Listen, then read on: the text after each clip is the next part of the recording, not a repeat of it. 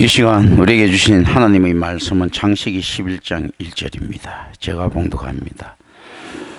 온 땅의 언어가 하나요 말이 하나였더라. 아멘. 신약과 구약 그 대표적인 만남이 하나씩 있다고 이야기했습니다.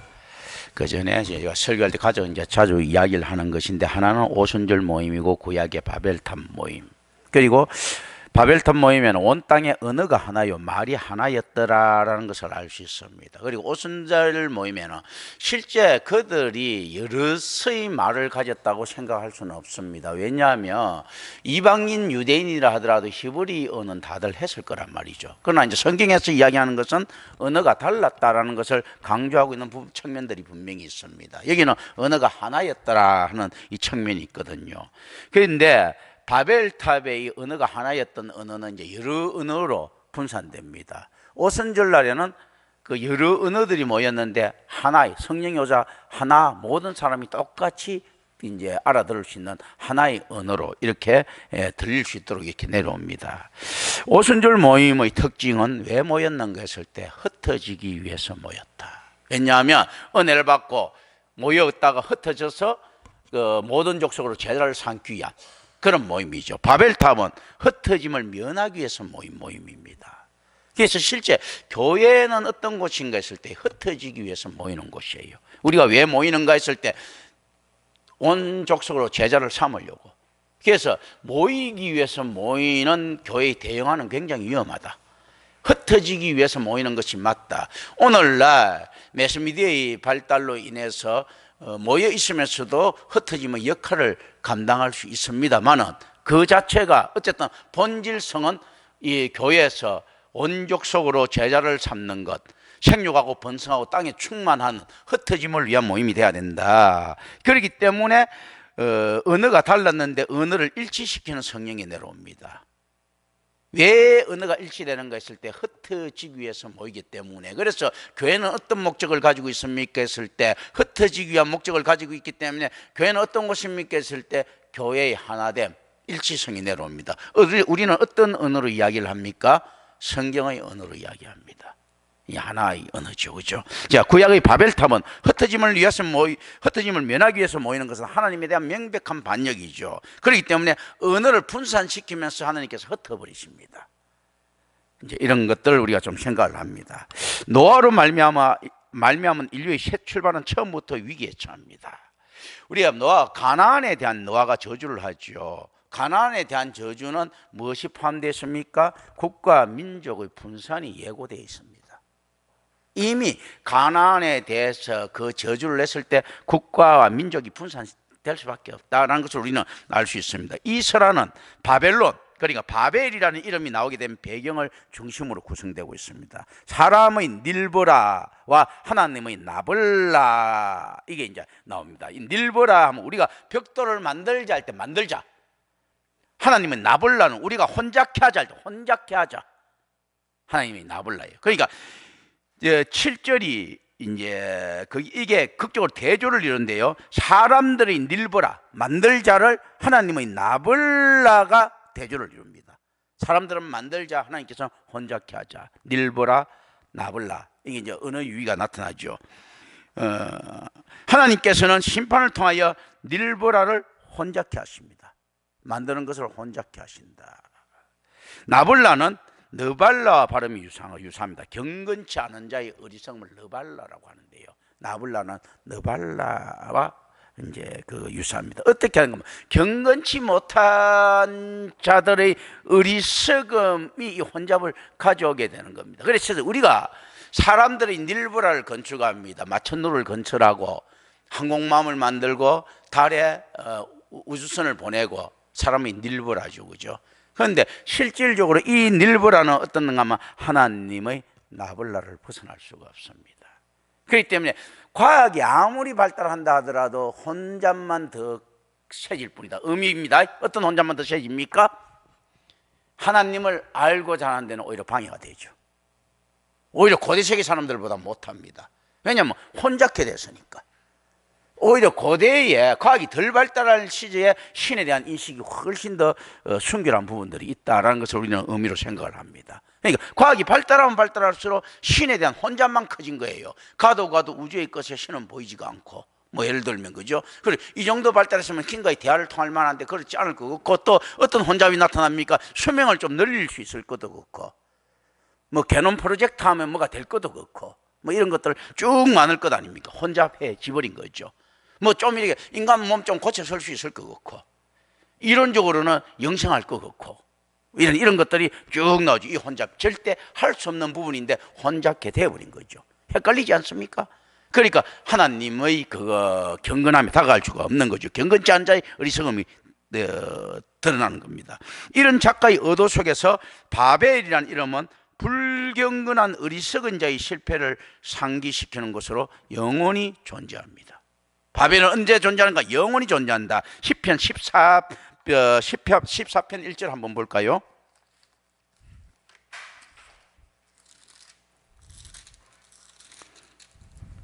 시편 14편 1편 어리석은 자는 그의 마음이 이르기를 하나님이 없다 하는도다. 그들은 부패하고 그 행실이 가정하니 선을 행하는 자가 없도다.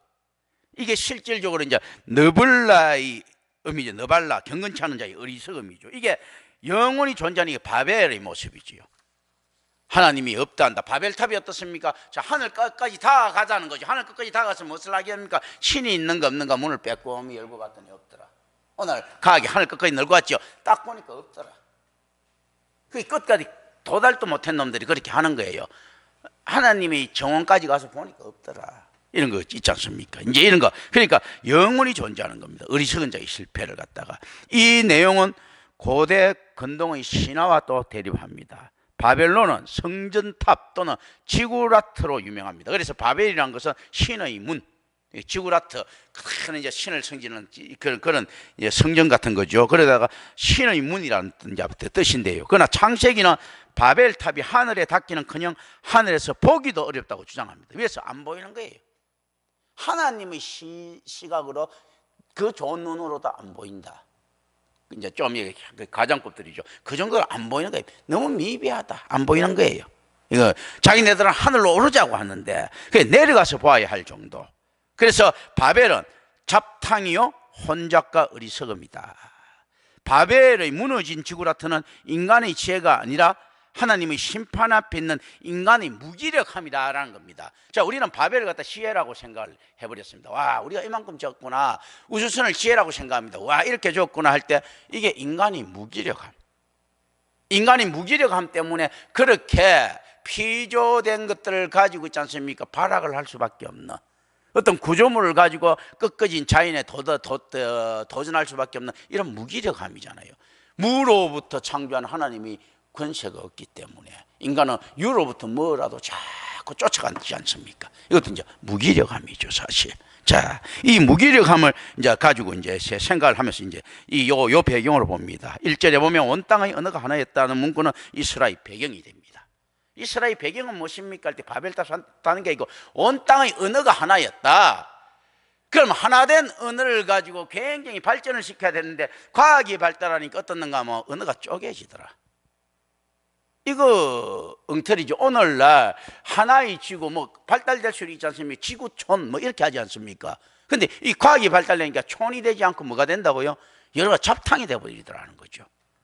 언어가 100개의 언어가 발달되면 1개가 돼야 되는데 1개의 언어가 100개가 되는 잡탕이 오더라는 겁니다. 지금 과학이 발달하니까.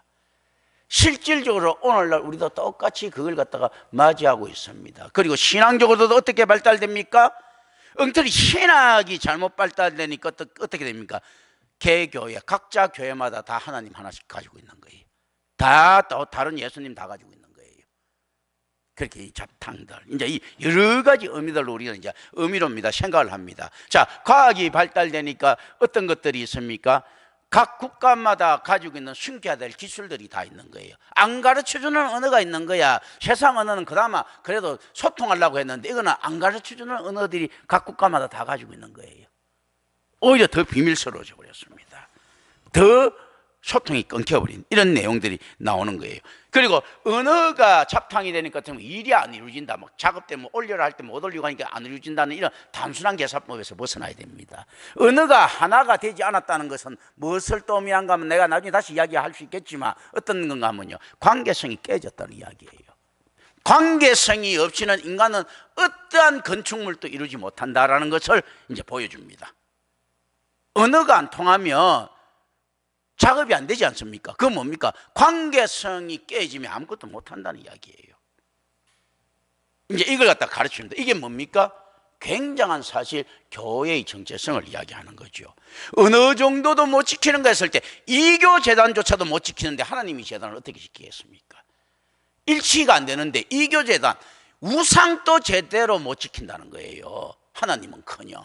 이제 이런 거거든요. 바벨이 깨지는 거 보면 이제 이런 것들을 제가 생각을 합니다. 그리고 한 언어라는 것은 온 땅의 언어가 하나였다. 이 사람의 배경이라죠. 이 한 언어라는 것은 문자적으로 해석하면 어떻게 되는가 하면요, 한 입술, 사파, 한 입술을 뜻합니다. 그러니까 언어의 통일성이 강조되고 있습니다. 단지 소통뿐만 아니고 한 입술, 같이 움직일 수 있는 한 마음, 한 떡, 한 말, 이런 거죠. 이런 것들입니다. 그래서 실질적으로 대한민국에서 10명의 인부가 하나의 건물을 짓는다고 했을 때 몇 개의 입술을 가지고 있습니까? 10개의 입술을 가지고 있죠. 100명의 인부는 100개의 입술을 가지고 있어요. 그런데 어떻게 지을 수 있다고요? 한 입술. 그렇다면 어떻습니까? 이게 공동체적이죠. 교회는 어떻게 움직이는가 할 때 그 목자와 돕는 배필 한 입술이에요. 한 입술로 돼야 되는 거예요. 한 입술로. 이렇게 되는 거예요. 이렇게 돼야 되는 거예요. 이게 실제 그래서 한 입술, 한 언어는 어떤 거냐? 한 입술이었다. 이제 이런 것들요. 이제 2절을 이제 봅니다. 인류의 이동을 다루고 있습니다. 이들은 신할 평지에 거류하죠. 2절 보면요. 그래서 정착이라는 것은 어떤 걸 의미합니까? 우리가 정착을 안정됐다고 이야기합니까? 정착을 안정되고 우리가 이동할 때 굉장히 힘들고 격변에 의할 때 실제 어떻는가 하면요, 정착은 무엇을 이야기한 거 했을 때 대격변의 서곡이다. 묘하게 이제 그리고 실제 맞지 않습니까? 인간이 언제 큰 전쟁이 일어납니까? 정착해서 땅에 줄 끌 때 아니에요? 그게 정착이 안정이 아니라니까. 정착은 대격변의 서곡인 거예요. 서곡. 오히려 유목할 때가 평화로워서 그때 하면 돼요. 근데 정착하려고 하니까 어떻습니까? 지켜야 될 것들이 생겨버리거든요. 그러니까 정착이란 것은 대격변의 서곡이다. 그래서 어떤 것들을 우리는 알 수 있습니까?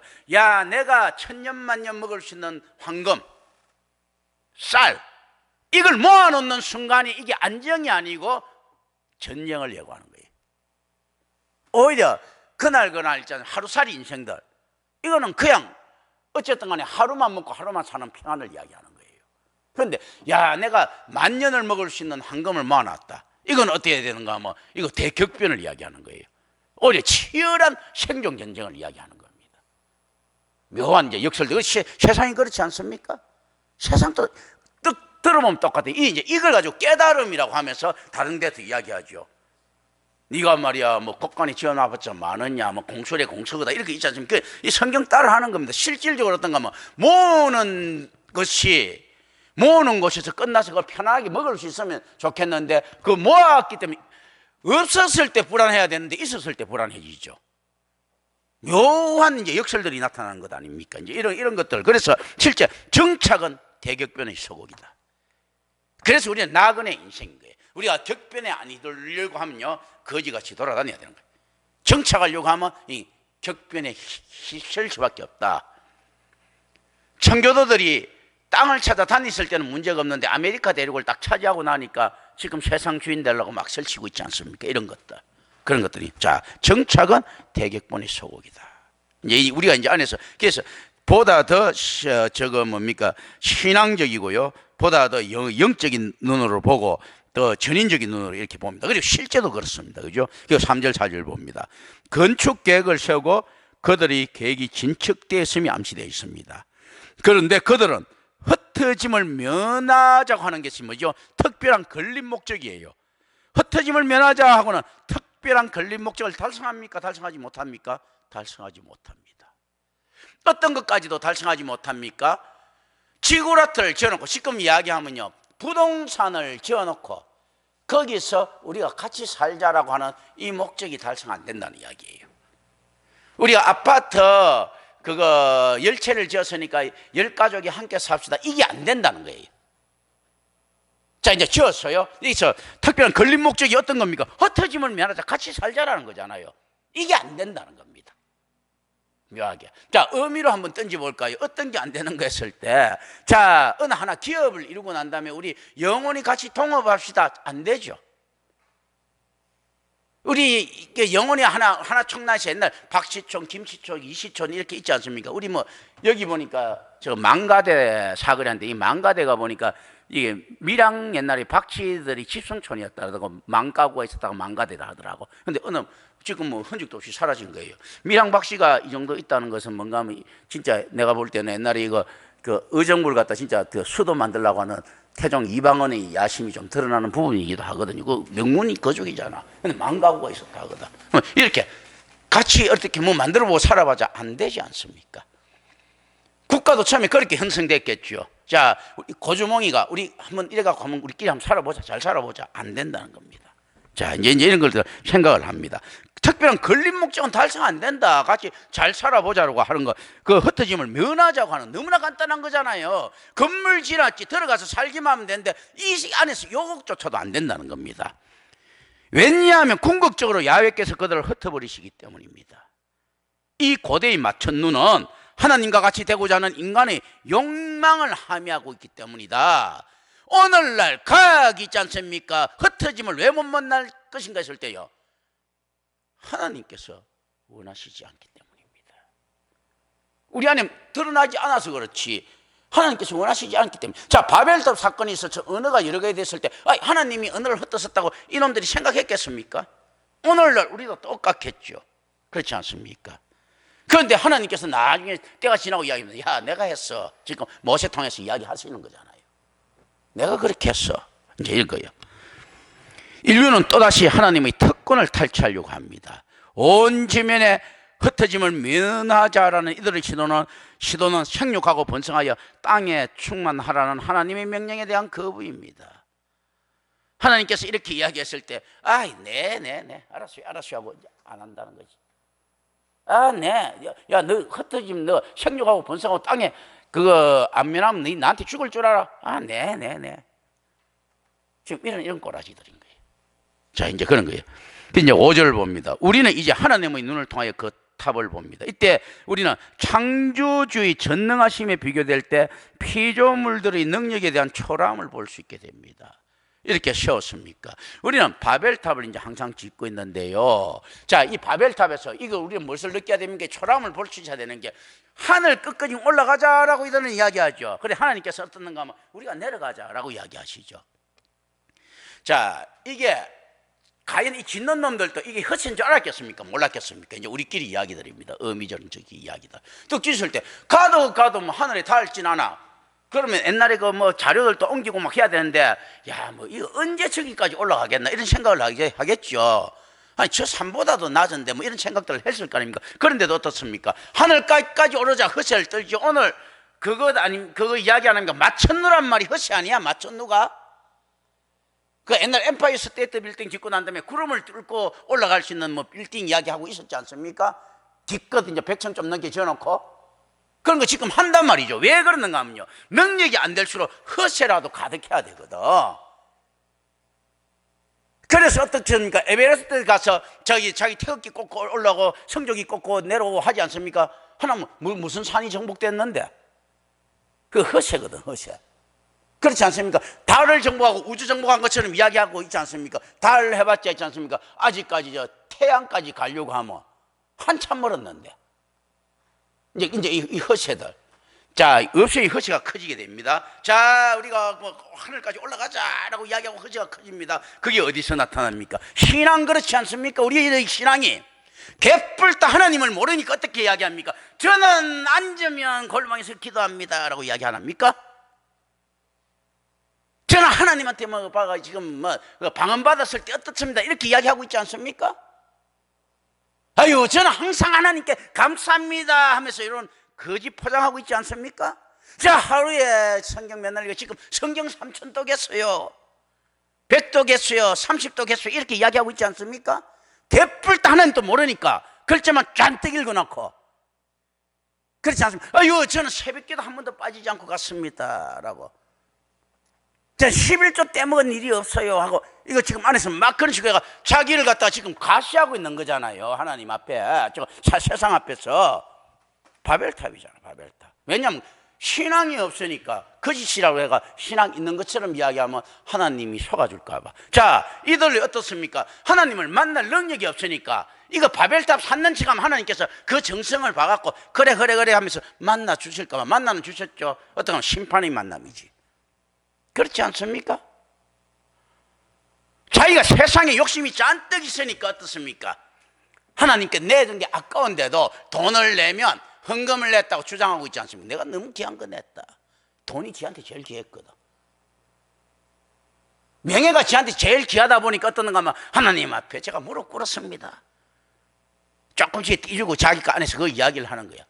하나님을 있는 그대로 성경에 그대로 보고 성경 말씀 그대로 따라갈 생각은 안 하고 지가 명예가 귀하니까 무릎 꿇고 머리 쪼아리는 거, 이걸 하나님한테 내놨습니다. 지가 돈이 귀하니까 금덩어리 몇 개 내놨습니다. 하나님도 그거 좋아하실 줄 알고, 어린애들 지가 빨던 사탕 보고 어른도 좋아할 줄 알고 이렇게 주지 않습니까? 그런 꼬라지들 아닌가? 지가 거짓말을 너무 좋아하니까 하나님 앞에 거짓말로, 아부를 좋아하니까 하나님 앞에 아부를 이렇게 하고 있지 않는가 하는 거죠. 이제 이건 우리 생각을 합니다. 이제 이 안에서 이 바벨을 세우고 있지 않습니까? 이런 것들. 6절 봅니다. 이 분위기는 창세기 3장 22절에 선악을 아는 일에 우리 중 하나와 같이 되었다라고 하는 것과 비슷한 분위기입니다. 인류는 부당하게 힘을 합쳐 하나님의 권능을 스스로가 획득하려고 하였습니다. 그리고 8절을 봅니다. 인간의 계획은 결국 좌절되어서 서술됩니다. 그들이 피하고자 했던 흩어짐을 피하지 못합니다. 그리고 그들의 웅대한 계획은 중단됩니다. 공통 은혜에 의한 의사소통 없이 사람들은 사회적으로 협력할 수 없다. 관계를 맺고 있는 공동체의 구성원들은 서로 이해할 수 있을 때 함께 살아갈 수 있다는 것을 교훈적으로 던져줍니다. 그러면서도 어떻습니까? 우리는 교회를 돌아다 봅니다. 과연 우리 교회는 공통 은혜에 대한 의사소통이 있습니까? 김경천 목사가 이야기하는 하나님 절대 주권을 정말로 이해하고 있습니까, 여러분들은? 그리고 김경천 목사가 이야기하는 카리타스의 사랑을 여러분들은 정말로 이해하고 있습니까? 내가 카리타스를 이야기할 때 여러분들은 탐욕에 대한 사랑으로 해석하고 있지는 않습니까? 하나님의 절대 주권을 이야기할 때 하나님과의 타협을 생각하고 있지는 않습니까? 내 말이 나가는 순간에 안에 들었을 때. 그렇다면 여러분과 나는 공통 언어가 없는 거예요. 나는 내대로 찌꺼리고 여러분은 여러분대로 듣는 거예요. 그냥 이 공통 언어가 있어야 되는 거예요. 선지자가 올바른 말을 정확하게 전달하면 정확하게 들을 수 있는 귀를 가지고 있어야 되는 거예요. 언어는 들으면서부터 시작되죠. 듣지 못한 자는 벙어리가 되죠. 듣지 못했기 때문에. 그 실질적으로 이제 들을 수 있는 능력이 있어야 되는데 과연 있는가, 공통 언어. 그리고 9절 봅니다. 이스라엘 전체가 의도한 결말입니다. 바벨론인들은 바벨이 신의 문을 의미한다고 생각했습니다. 그러나 히브리인들은 바벨을 혼란과 연관하여 생각했다. 본성적으로 우리는 바벨 정우군에 사로잡히는 이교도들입니다. 우리가 이기적인 목적들을 가지고 예수님의 이름으로 기도함으로써 하나님을 조정할 수 있다고 여길 때, 우리의 목적을 이끌기 위해 그 수단으로 하나님께 언약을 상기시킬 때, 우리가 하나님께 꼭 필요한 존재들이라고 주장할 때, 하나님을 가문이설로 속일 수 있는 어린아이로 취급하고 아부를 좋아하는 어리석은 폭군으로 간주할 때 우리에게 바벨 정우군을 드러내는 이교 신앙은 고개를 쳐든다. 오늘날 CTS라든지 한번 틀어보십시오. 온갖 그런 설교로 가득하지 않습니까? 하나님을 얼르고 다루고 뺨치는 그런 것들로. 그거 제일 잘한 인간이 누굽니까? 특히 오순절이 그랬지. 감리교 신학이 그랬지요. 오늘날 장로교 별 것 있습니까? 똑같지 않습니까? 하나님 안에서, 아유, 좋으신 하나님, 안 좋으면 너 하나님 아니야 이 말이잖아. 그 좋으신 하나님이 막 얼러진 거, 야 잘하고 있어 이거잖아요.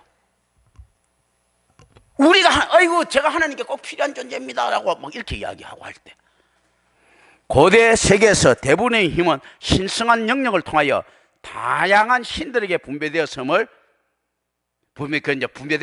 이야기합니다. 고대 세계에서는 신성한 영역을 통해서 다양한 영역의 신들, 그 다신교들이죠. 그들은 풍성한 수확을 위해서 바알한테 의존합니다. 바알이 농업신이죠, 그죠? 자, 그리고 또 자신들이 가족을 위해서는 하늘의 여왕으로 간주되고 있었던 이수타르라고 하는 여신에게 의지합니다. 게다가 또 자신들의 안전을 위해서 다른 나라들과 정치적인 동맹을 맺고 그것이 의지합니다. 아유, 오늘 나는요 그 무신론자입니다, 그런 거 미신 안 믿어요 하는데 어떻습니까? 미신 안 믿어요 하면서 국가가 발행한 수표는 믿고 있죠. 채권은 믿고 있죠. 지금 그 이야기 하는 거예요. 자, 국가가 이야기하는 국가 간의 동맹은 믿고 있죠. 약속하는 거 부동산 등기부등본 믿고 있죠. 똑같은 거라는 이야기예요. 이거 안에서 바벨탑 안에서 나오는 거 어떻습니까? 부동산 지금 믿고 있는 거 안 된다는 이야기잖아요. 똑같이 믿고 있지 않습니까? 원화 가치를 믿고 있고 달러 가치를 믿고 있지 않습니까? 아유, 나는 무신론자예요. 이 무슨 놈의 무신론자가 있지 않습니까? 그렇게 철떡같이 돈을 믿나? 어떻게 그게 지집이라고 믿고 있습니까?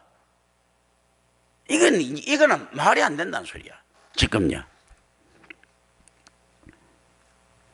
우리는 신성한 영역에서 힘을 끌어오려는 경향이 있습니다. 그리고 교회 안에서 우리는 그 힘을 자연적인 영역 혹은 인간의 영으로 분배함으로써 하나님을 희석시키는 죄를 종종 범하고 있다. 신성한 힘을 끌어오고요, 교회 안에서 우리는 그 힘을 자연적인 영역들, 하나님을 거룩하게 만들려고 하는 있지 않습니까? 엉터리 거룩한 영역들이 있지 않습니까? 어떤 겁니까? 어디서 하는 짓은 있잖아요. 개판 5분 전인데 내가 하나님 앞에 은사를 받았습니다 해놓고 난 다음에 온갖 사기에 다 이용하고 있죠, 그죠? 제가 어느 교회 참 이게 영역 있는 권사입니다 아멘 하면서 있지 않습니까?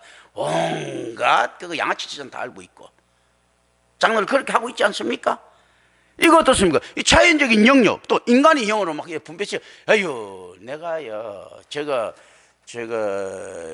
보통 목사들은 내 말 하면 다 들어야 돼요. 내가 하나님하고 대화하는 사람이야. 이런, 많죠, 이런 것들. 그렇지 않습니까? 또 목사들은 어떻는가 하면 딱 보죠. 그 목사들 보면, 특히 큰 교회 목사들 보면 실제로 그것도 하나 은사는 타고난 게 있어요. 어떤 놈이 돈 넣을 놈인지 안 넣을 놈인지 딱 보면 알죠. 몇 분 딱 수시 보면. 그게 돈 넣을 놈이라 할 것 같으면 좀 이렇게 해도 맞장구 치주고, 예 하고 뭐 이렇게 하죠, 그죠? 이런 것들. 그걸 가지고 이제 은사로 이제 생각을 합니다. 내가 말이야, 이래가지고 교회를 일컫어. 뭐를 일컫다는 이야기입니까? 눈치밥 잘 먹어가 일컫다는 이야기잖아. 그게 내가 부동산 갖고 일컫다는 말인데, 그 당시에는 야, 주차장만 좋으면 교회가 다 번성할 때야. 그때 바보처럼 맨날 기도한다고 설치고 맨날 뭐 성경 강연도 설치는 소용없어. 딱 터좋은 데 잡아놓으니까 번성하지 않느냐, 뭐 이런 개념들. 그렇잖아요. 그리고 많은 사람들이 이렇게, 아유, 저 사람 저 은사자야, 기회를 받아서 이거 있지 않습니까? 무슨 놈은 은사자가 그렇게 소문이 납니까? 노자하고 비슷하지 않나? 노자가 있지 않습니까? 무의자연하면서 또 뭐 세상에 있지 않습니까? 뭐 허한 것처럼 해놓고 온 세상에 기름 달리듯이 하나님 앞에 은사 받은 자라는 놈들이 있지 않습니까? 다 저 사람 유명한 은사자예요. 이거 어불성설이잖아. 유명한 은사자 하면 드러나지 말아야지. 그렇잖아요. 은사자가 뭐가 드러나? 하나님 앞에 진짜 하나님의 사람이라며 복지부동하고 있어야지 어떻게 드러나요? 그런 거거든. 그런데 막 드러난단 말입니다. 그렇잖아. 과거 역사에서 교회는 하나님의 능력을 성인들, 마리아에게 분배했습니다. 캐톨릭, 그죠? 현대 철학에서는요, 뉴에이지 운동이 천사들이나 다원주의적 종교 간의 신성한 능력을 분배합니다. 그리고 무엇보다도 우리는 우리 자신을 의존합니다. 우리가 이렇게 이야기하죠. 내가 저 목사는 못 믿어도 뭐 자기는 믿죠, 그죠? 성경 말씀을 믿기 애매해도 내가 어떻게 할 것이라는 걸 믿는 거예요. 우리는 하나님께서 우리가 필요하신 것이 아닌 우리가 하나님이 필요하다는 것을 알아야 합니다. 우리가 하나님의 능력을 사용할 때 그 방향을 바꿔서 우리 자신의 목적이나 유익에 이용하려고 한다면 그것은 하나님을 희석시키는 죄다. 그러니까 어디 왜 희석이라고 하는가 하면요, 어디든지 하나님의 권능이 들어가 있어. 인간이, 염소들도 그걸 갖다가 이야기하고 양들도 이야기를 했어.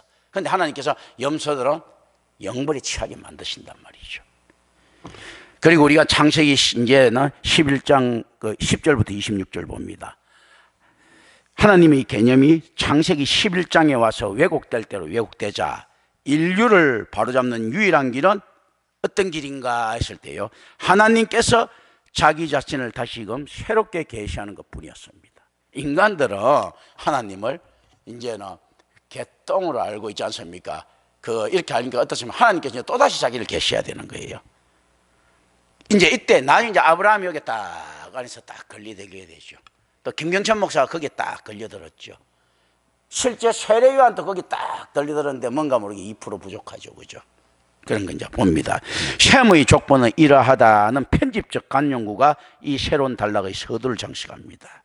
이 간용구는요, 이 단락을 새로운 단락으로 이끌고 있습니다. 가인의 도시와 바벨탑이 무너졌지만 하나님께서는 자기 씨를 보존하고 계신다. 하나님의 약속은 혼돈과 나라의 흩어짐에 의해서는 왜곡될 수 없다.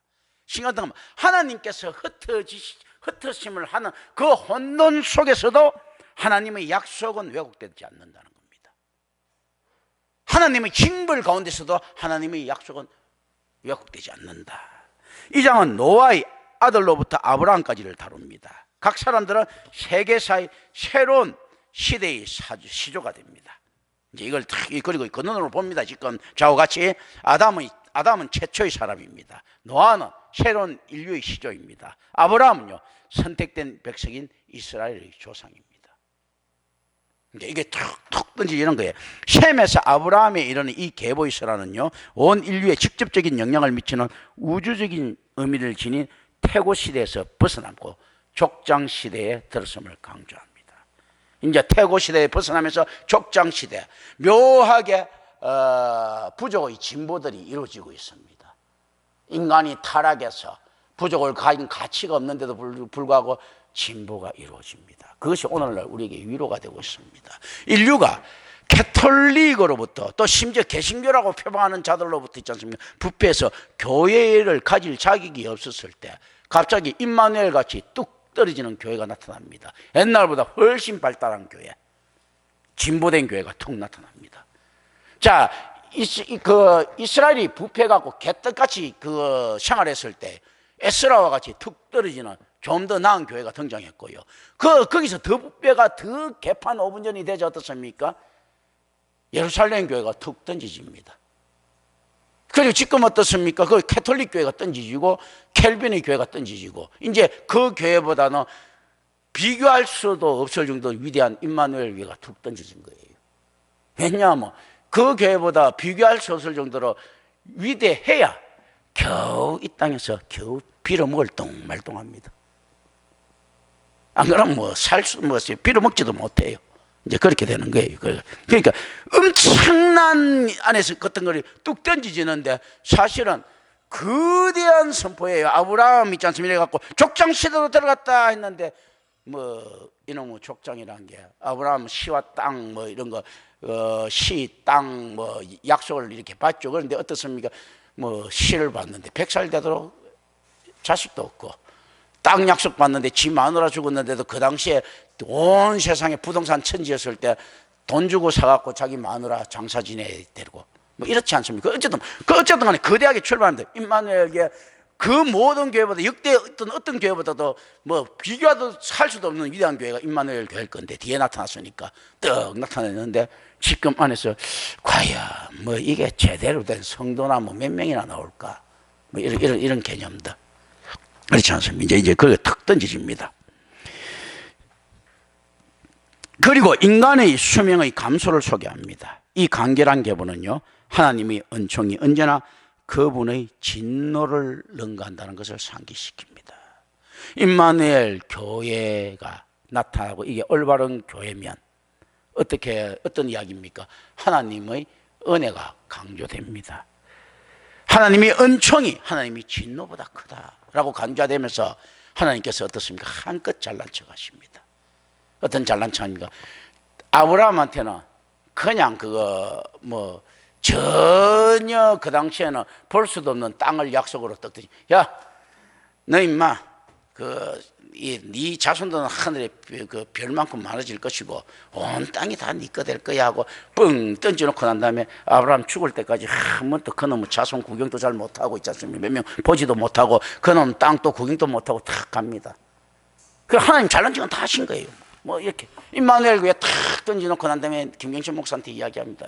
야, 생육하고 번성하고 땅에 충만하라, 땅을 정복해, 탁 던져놓습니다. 그러고 난 다음에 너는 올바른 그리스도의 제자가 돼가지고 말이야, 이 세상에 복음의 이제 그 정권 대사로서 복음을 선포해. 개뿔이나 제가 아무리 이야기해도 듣는 사람도 별로 없어요.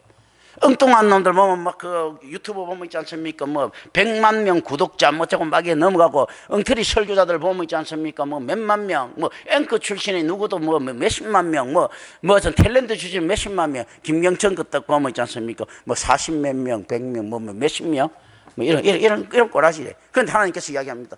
야, 니한테 다 줬어. 가오 딱 잡고 이야기하는 이런 거 있지 않습니까? 그 하나님께서 이야기합니다. 은총이 언제나 진노보다 크다. 너희들 기뻐할 줄 알아 하는데 온 세상은 죄로 드글드글 끓습니다.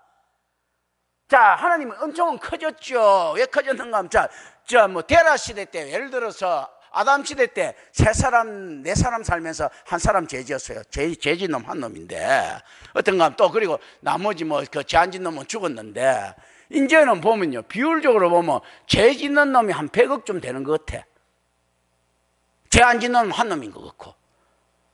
그런데 하나님께서 이렇게 이야기한 거야. 야, 100억이나 죄 짓는데 네 한 놈 안 짓게 한 게 그게 쉬운 일이냐. 내 놈에서 한 놈은 25%야. 근데 100억에서 하면 100억 분의 1%야.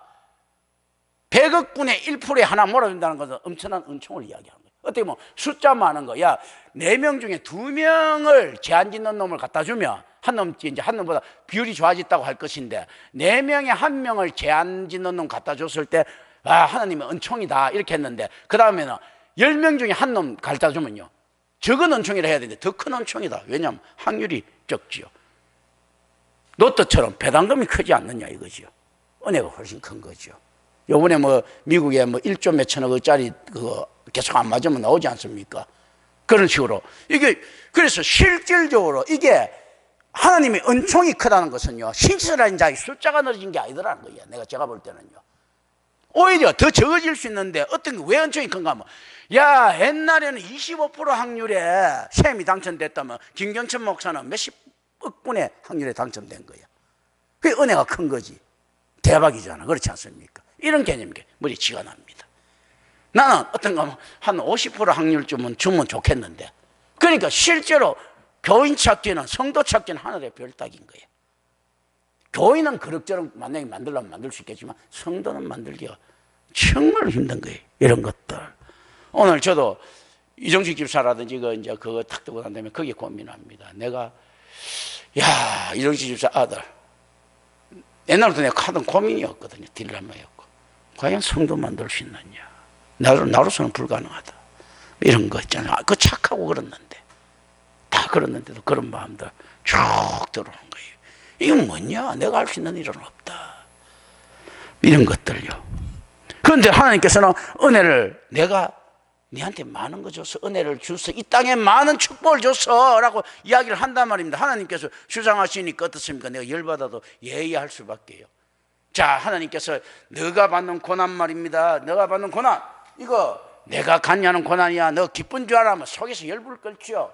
나 그 고난 안 주고 좀 더 그거 뭐 좀 편안함을 주면서 나중에 천국 보내주면 좋겠는데, 그 고난이 너를 천국 보내는 수단이야. 예. 하는데 어떻습니까? 속에서는 열받아도 하나님께서는 절대자시다 말입니다. 그러니까 제가 어떻게 한다고요? 하나님, 진짜 열받아가 내 가슴을 한번 내 보여볼까요? 하면서 이 분노를 팍 보이는 거, 이거 사랑합니다 하는 거예요. 아부를 탁 하는 거예요. 이 속에서는 이런 게 꽉 있어도. 그렇지 않습니까? 왜냐면 이게 뭐 군부 정권 좀 되고 바뀌는 정권 가능성이 있으면 한번 계기라도 보겠는데, 영원히 변하지 않는 불변의 정권 앞에서 어떻게 합니까? 속에서 열불이 끊어도 예 하나님 이렇게 해야지. 우리에게 선택의 여지가 없는 거예요. 하나님 주권 진짜 절대 주권을 알면요 하나님 앞에 무슨 거래를 해요. 거기서 예 하고 복지부동 딱 해야지. 옛날에 뭐 그 독재자들한테도 복지부동 딱 하는 인간들이 그렇지 않습니까? 그 독재자들은 언제든 그리고 난 다음에 당 모가지를 비틀어도 새벽이 온다고 기다리지 않습니까? 하나님은 아무리 비틀어도 새벽이 안 와. 하나님이 절대 주권은 변하지가 않아. 불변의 절대 주권인데 어떻습니까? 그건 할 수 없지. 무조건 하나님 예 감사합니다 해야지. 비율을 맞춰야지. 이제 그 실제 그 은혜인 거예요. 어떤 은혜라고 하는 것은 어떤 건가? 내 마음에 기쁨이 차고 넘칩니다. 온갖 쓰레기들 내 많이 봤습니다. 내가 주님을 생각하면 너무 기뻐요. 그게 아니고 하나님 생각하고 내 억울해 죽겠는데 열받아 죽겠는데 하나님 감사합니다 할 수 있는 이런 어거지가 있더라. 왜냐하면 그게 진짜 하나님 인정하는 거잖아요. 다른 건 기쁨이 있고 이럴 땐 기쁨이 없으면 하나님은 거부할 수 있는데 김경천 목사처럼 하나님이 진짜 존재하고 계시는 거 아니까 내가 반항할 생각을 못하는 거예요. 하나님이 존재를 믿으니까. 그런 것들. 그러니까 하나님께서 은혜가 언제나 크다 이렇게 하면 예 해야지 뭐. 깝깝해도요. 이런 것들요. 이제 그러면서 봅니다. 이 의미들입니다. 이 계보는 노아부터 아브라함까지 계보를 추적하는 데 그 목적이 있습니다. 그리고 이것은 곧 축복받은 셈 계열로부터 히브리인들이 조상인 아브라함까지 연속성을 확립하는 방편으로 쓴다. 자, 이 세상의 사람과 선민들 간의 연속성이 있다라고 이야기합니다. 그런데 이스라엘 지금 있는 랍비라는 놈들은 이 연속성을 자꾸 잘라내려고 하죠. 이 돌대가리 같은 놈들이. 연속성이 있다. 구약과 신화가 연속성이 있다. 또 어떻습니까? 교회는 많은 이리들이 교회 안에 있고 많은 양들이 교회 밖에 있기 때문에 세상과 연속성을 가지는 거예요. 그래서 세상과 우리가 소통을 해야 되는 거예요. 세상하게 있지 않습니까? 세상에 바벨탑 있지 않습니까? 이런 거 이런 데서 좀 거하려고 뭐 이렇게 던져주는 떡 좀 얻어먹으려고가 아니고 세상에 있을 양들과의 소통 때문에 연속성을 가져야 되는데 이걸 이제 잊어버리면 안 되죠. 그리고 10절 봅니다. 2년 이라는 이 언급에 대한 많은 해석이 제시됩니다. 왜냐하면 창세기 5장 32절에 따르면요 노아가 세 아들을 낳았을 때 500세입니다. 7장 6절은요 그가 600세 되던 해에 홍수가 났다고 진술하고 있습니다. 따라서 이 진술은 홍수가 나던 해에 셈이 100세였음을 의미하고 있는 것 같은데 이곳에서는요 홍수 후 2년째 되던 해 셈의 나이가 100세였다고 말하고 있기 때문이에요. 요 2년 차이가 있는. 근데 뭐 그거 있지 않습니까? 이제 우리가 이거 알고는 가자는 거죠. 이제 군켈이나 크라이어 같은 학자는요 이 숫자가 어느 하나가 근사치라고 주장합니다. 또 카수트 같은 학자는요 이렇게 이야기합니다. 자, 셈과 함과 야벳 했을 때 카수트는 누구를 장자로 볼까요? 야벳을 장자로 봅니다. 네, 지금 이게 장자 순서가 아니라 그러니까 장자인 야벳이 노아가 500세 되던 해에 태어났고 처남인 셈이 약 2년 뒤에 태어났다고 주장합니다. 이제 그리고 이게 사실 가장 지지를 받고 있는 학설입니다. 그러나 여전히 입장이 불확실합니다. 그냥 뭐 그런데 이제 여러분들이 생각을 하는 거죠. 또 그리고 11절 12절 봅니다. 셈은 홍수 이후의 사람들과 홍수 이전 사람들이 가도기적 인물로 등장합니다. 인간의 수명은 짧아집니다. 그리고 이들이 자녀를 생산한 나이는 역사시대와 비슷해졌습니다. 이게 모세 시대와 근접한 생산력을 이야기합니다. 그래서 아브라함 시대와 모세 시대에 뭐가 또 강조됩니까? 연속성. 수명이 비슷해지면서 연속성이 강조됩니다. 또 이제 또 주목할 만한 건 하나는요. 마소라 본문의 계산에 의하면 아브라함은 아르박사기 290세 되던 해에 태어났습니다. 그래서 거의 모든 조상들은요 그 당시 아직 생존해 있습니다. 그리고 오히려요 자 아브라함하고 셈이 있죠. 셈이 일찍 죽었겠어요? 아브라함이 일찍 죽었겠어요? 아브라함이 죽고 난 다음에 35년 뒤에 셈이 죽는다. 맞아요. 근데 셈 전면 사지. 자, 셈이 아브라함보다 35년 더 사는 거예요. 더. 이거 이제 그래서 이거 실제로 이제 이 마소라 본문에 이제 계산했기 때문에 이걸 아주 무시할 수는 없습니다. 그 과학적인 계산, 이 실제로 에이 뭐 날짜 다른 거리. 그래서 실제 창조과학이라든지 날짜 맞추는 게 이거 다 그 홍하면 안 되고, 또 거긴 달자 말따다 이런 게 있죠. 그러니까 아브라함이 있었을 때 셈이 아직까지 청정하게 살아있는 거예요. 아브라함 죽고 난 다음에 한 35살 더 사는 거예요. 셈과 함과 야벳했을 때. 이제 이걸 갖다가 우리 이제 임마누엘 교회 좀 되면 이거 탁 알고, 그래 뭐 이렇게 다른 사람들 들으면 깜짝 놀랄 일들이죠. 알고 있어야 되는 겁니다. 또 그리고 24절 봅니다. 그래서 이제 주목해서 이제 알아라는 거죠. 아브라함의 아버지 테라의 후날에 아브라함에 대한 모든 이야기가 언급됩니다. 테라는 아브라함을 낳은 지 135년이 지난 후에야 비로소 죽습니다. 따라서 테라는 창세기 12장부터 25장에 서술된 대부분의 사건을 목격한다. 창세기 25장까지 나오는 사건들 있지 않습니까? 테라는 대부분, 테라가 죽은 이에 하란 떠나는 이런 개념이 아니고 대부분의 사건을 갖다가 목격한다. 25장 사건. 아브라함을 낳고 135년이 지난 후에 죽었으니까 거의 뭐 아브라함 살아있을 때 다 같이 있는 거예요, 테라가. 이제 이걸 생각합니다. 그리고 26절 봅니다. 노아와 테라는 각각 새로운 시대의 시조가 됩니다. 서방 셈의 문맥 따르면요, 아브라함이라는 것은 어떤 뜻이 있는가 하면요, 그가 자기 아버지처럼 높아지다를 의미하고 있습니다. 따라서 아브라함은 너무 명문일 것이다. 자, 전부 다 아브라함을 자기 부모가 자식이 부모 능가하기를 바라고, 또 스승도 청출을 하면 청을함이라고 하죠, 그죠? 능가하기를 바라는데 이게 지금 최고 목표가 뭡니까? 자기 아버지처럼 높아지는 거예요. 그럼 더 이상 높아질 데가 없는 인간인 거예요. 그래서 아브라함이 뭐 이제 그 고대에 보면 뭐 우상을 갖다 만들어 팔던 집안이다. 만약에 그게 사실이라도 굉장히 높죠. 우상 만들어 파는 집안이 보통 집안이겠습니까? 우리가 지금 우상이라 하지. 어떻습니까? 신을 다루는 집안이잖아.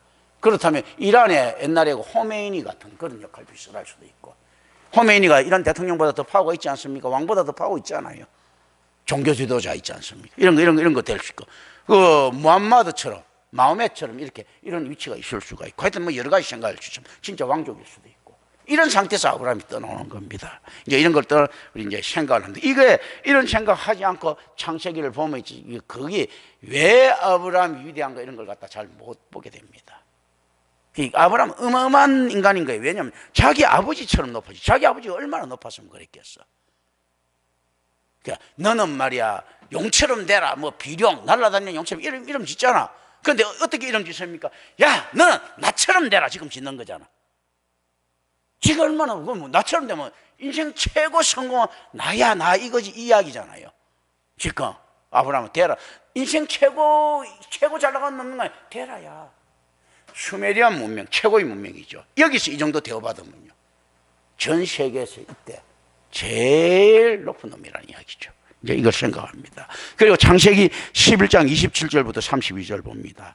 일부 주석가들은요, 아브라함의 이야기는 실제로 셈의 계보와 더불어 시작되었다고 주장합니다. 성경은 주요 족장들의 생애에 대한 유사점보다 이스라엘 역사와의 유사점을 강조합니다. 이스라엘은요, 타이폴로지, 유형론이라는 신학적 원리를 예정합니다. 모형론, 유형론, 그죠? 성경에서는 이미 창세기 3장과 4장에 나오는 가인의 죄와 아담의 죄 사이에 평행해서 초보적인 유형론이 등장합니다. 아담과 죄 사이 평행론에서. 그리고 우리는 사람들이 비슷한 상황에서 비슷하게 행동하는 것을 볼 수 있습니다. 그걸 가지고 무엇이 나옵니까? 점술학 있지 않습니까? 주역 같은 거, 이런 거, 관상학이라든지, 이건 저런 관상 모임 대충 그렇더라. 이런 것들이. 유형론을 본받아 하는 거예요. 유형론은요, 어떤 거 하면 인간 본성의 변하지 않는 나약함의 결과로도 볼 수 있습니다. 인간이 진짜 변할 수 없는 나약함다. 거기다 또 어떤 점은 하나님의 성품이 불변적인다는 것을 반영합니다. 극과 극이죠. 유형론이라는 것은 인간 본성이 나약한 거 잘 안 변해. 세상 사람 잘 안 변해 하는 거 이것하고, 또 어떻습니까? 하나님의 언약은 안 변해, 하나님의 속성은 안 변해 하는 거하고 이걸 같이 가지고 있더라는 거죠. 유형론요.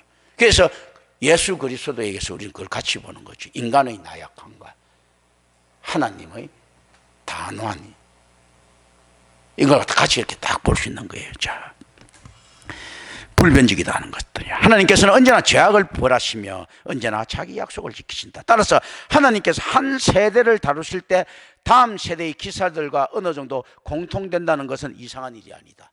하나님께서는 어떻습니까? 언제나 자기 약속을 지키고요, 죄악을 벌하십니다. 속성들이잖아. 그렇기 때문에 어느 정도 공통된다는 것은 이상한 일이 아닌 거예요. 자, 하늘 아래 새 것이 없다라는 말도 좀 비슷하죠. 그래서 교회는 언제나 성경적이어야 되는 거예요. 하나님께서 불륜하시니까 이렇게 돼야 되는데 이게 벗어나고 난 다음에 오늘 성경 다르고 그 옛날 성경 다르고 이런 건 없다는 겁니다. 이 유용론은 불순종하는 인간의 역사도 어느 정도 반복이라는 현상이라는 반복의 현상, 반복되는 현상이라는 것을 짐작할 수 있게 만들고 있습니다. 불순종, 자, 바벨탑 불순종 어떻습니까? 결국은 반복의 역사잖아. 아담부터 가인부터 라멕부터 오늘날 우리까지 계속 반복의 역사인 거예요, 인간. 그러니까 우리가 어떻게 보면 우리가 좋게 보면 이렇게 이야기를 하는 거죠. 아유, 참 그걸 가지고 이제 어떤 면에서 이제 웃고자 하는 소리입니다. 그리고 의미입니다. 신실하지 뭐. 우리가 죄 짓는데 참 신실하지 않습니까? 성실하고 한결같이 죄 짓습니다. 한결같이 하나님한테 반항하고 안 변하죠. 그래서 하나님께서 우리 보고 이렇게 딱 이야기한 거예요. 야, 저놈 저거 진짜 안 변하네. 아이, 저 자식 저거 진짜 말 안 듣는 거 진짜 아무리 때려도 안 변하고 이렇게도 안 변하네. 저놈 저거 믿을만 하네. 안 변하니까 믿을만 하지 뭐. 죄 짓는데 이제 개념들 자꾸 이 변하는 놈 같으면 못 믿겠는데 믿을만 하네. 그래서 그 중에서 은혜 한 번 주가 성도 만들어 보자. 성도 되면 저 본성이 그리스도의 본성으로 채워지면 또 안 변할 것 아니냐, 이 개념들. 그래서 실질적으로요, 완전한 죄인의 개념은요, 완전한 의인의 개념으로 다가갈 수 있는 발판이 된다. 그건 우리 이제 지금 답으로 가져가면 안 되고 우리끼리 이야기들입니다. 죄는 죄예요. 그러나 이제 이런 식으로 쭉 하면서 이제 그 주저리 하는 거예요. 야훼는 역사의 연출자일 뿐 아니라 또한 주인이시다. 모든 족장 이야기에 포함된 것은 약속이라는 주제입니다. 후손과 땅과 하나님의 축복이 공통된 목적입니다. 그러나 족장들이 이 목적을 이루기 위하여 사용하는 수단은 각각 다릅니다. 성경은 세대가 거듭될수록 족장들의 윤리의식이 발달됐다고 전달합니다. 따라서 족장 설화들을 조화 있게 해석하려고 한다면 각 설화들의 유산성과 발전성을 고려는 해야 됩니다. 자, 윤리의식이 발달되어 있다. 그러니까 자, 이제 족장들에 대한 윤리의식이 굉장히 발달될 수 있게 할 때, 그러면 오늘날 계속적으로 발달되고 있는 거예요. 윤리의식이 발달되고 있으니까 어떻습니까? 옛날보다 오늘날 신앙이 어떻습니까? 더 개떡되더라. 묘하지 않습니까? 윤리의식이 발달하니까 옛날보다 오늘날 훨씬 더 잔인하더라. 묘한 것들이죠. 그러니까 그 발달된 윤리의식 가지고 성경에 들어가니까 하나님을 더 개똥으로 만들더라. 묘하지 않습니까? 그런데 어쨌든 윤리의식이 발전을 이야기합니다. 그런데 윤리의식이 발달하면 발달할수록 하나님하고 직접적인 대화를 할 수 있는 사람 숫자는 줄어들어가고 있죠. 이제 이런 것도 우리가 좀 생각을 합니다.